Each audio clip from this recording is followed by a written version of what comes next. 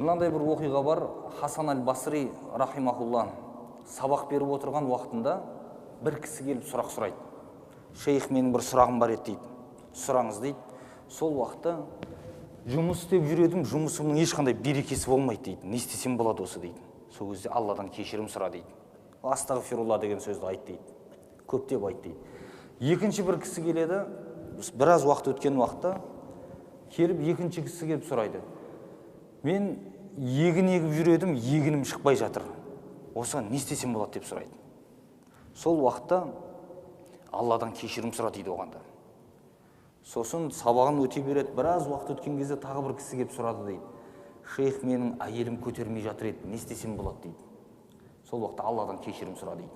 Сонда жанындағы отырған шәкірттер айтады, сізден 3 кісі келіп, 3 түрлі сұрақ сұрады, бірақ сіздің жауабыңыз біреу-ақ болды, бұл қалай дейді. Үшеуіне де. Сонда мен бұны ойдан шығарып жатқаным жоқ дейді.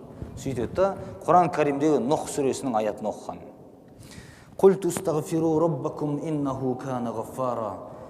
Ей қауымым, Алладан кешірім сұраңдар, Алла кешірімді деп аятты бастайды. Юрсилис самаа алейкум мидрара ва юмдидкум би амвали ва банин.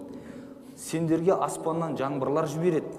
Яғни жаңбыр жаудырады да бала шағамен және мал дүниемен сендерді қуаттайды арттарыңда. Ва яджал лакум жаннати ва яджал лакум анхара дейді. Сендерге бау-бақшалар береді және өзендер ағызады дейді. Аятты оқиды. Сонда не екен? Кешірім сұраудың нәтижесі адамның берекесінің болуына, мал дүниесінің көбеюіне, балалы шағалы болуына себепкер болатын істерден. Дүниедегі пайдасы. Алладан кешірім сұрау. Біз кейде айтып жатамыз, осы менің бір тірлігім болмай кетті, не істесем екен, жолымды аштырсам екен деген адамдар көбейіп жүреді. Бірақ ол не екен? Нәтижесі бұның Алладан кешірім сұрау бұның барлығын мәселесін шешеді екен. Ал енді ақыреттегі пайдасына келетін болсақ, ләл азабы мa'ал истигфар деген. Кешірім сұраумен бірге азап болмайды ешқашан деген. Демек, үнемі кешірім сұрап жүру азаптың болмауына, ақыреттегі азаптан құтылуға. Тіпті бұл дүниедегі азаптың өзін айтқан уақытта ғұламаларымыз келтіреді ме, аяттан шығарады.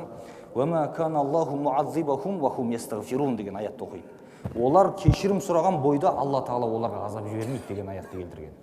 Демек, дүниеде де, ақыретте де кешірім сұраушы, қатесін мойындаушы адамдарға ешқашан азап болмайды деп айтқан. Пайғамбарымыз саллаллаху алейхи вассалам өзінің хадис шарифінде айюханнас тубу илаллахи вастағфируху фа инни атубу илейхи фил яуми миата марра.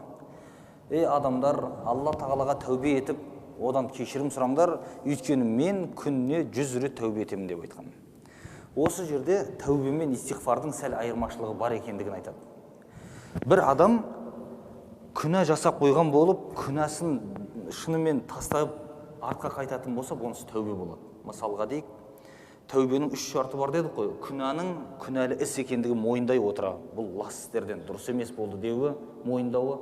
Екінші, бұл күнәға өкінуі. Үшінші, қайтадан қайталамаймын деп тастауы тәубе болады. Ал бірақ адам қайта-қайта жасап қою ықтималы бар. Тек мысалы, бір адам бір нәрсені істемеймін десе, қайта-қайта жасап қою мүмкін. Бірақ үнемі кешірім сұрап жүреді, астағфирулланы айтып. Бұл тәубеге жатпайды, бірақ кешірімге кіреді. Истигфардың өкіміне. Соның үшін құрметті жамағат, үнемі осы истигфарды көп айтуды естен шығармағанымыз жөн екен. Ассаламу алейкум ва рахматуллах.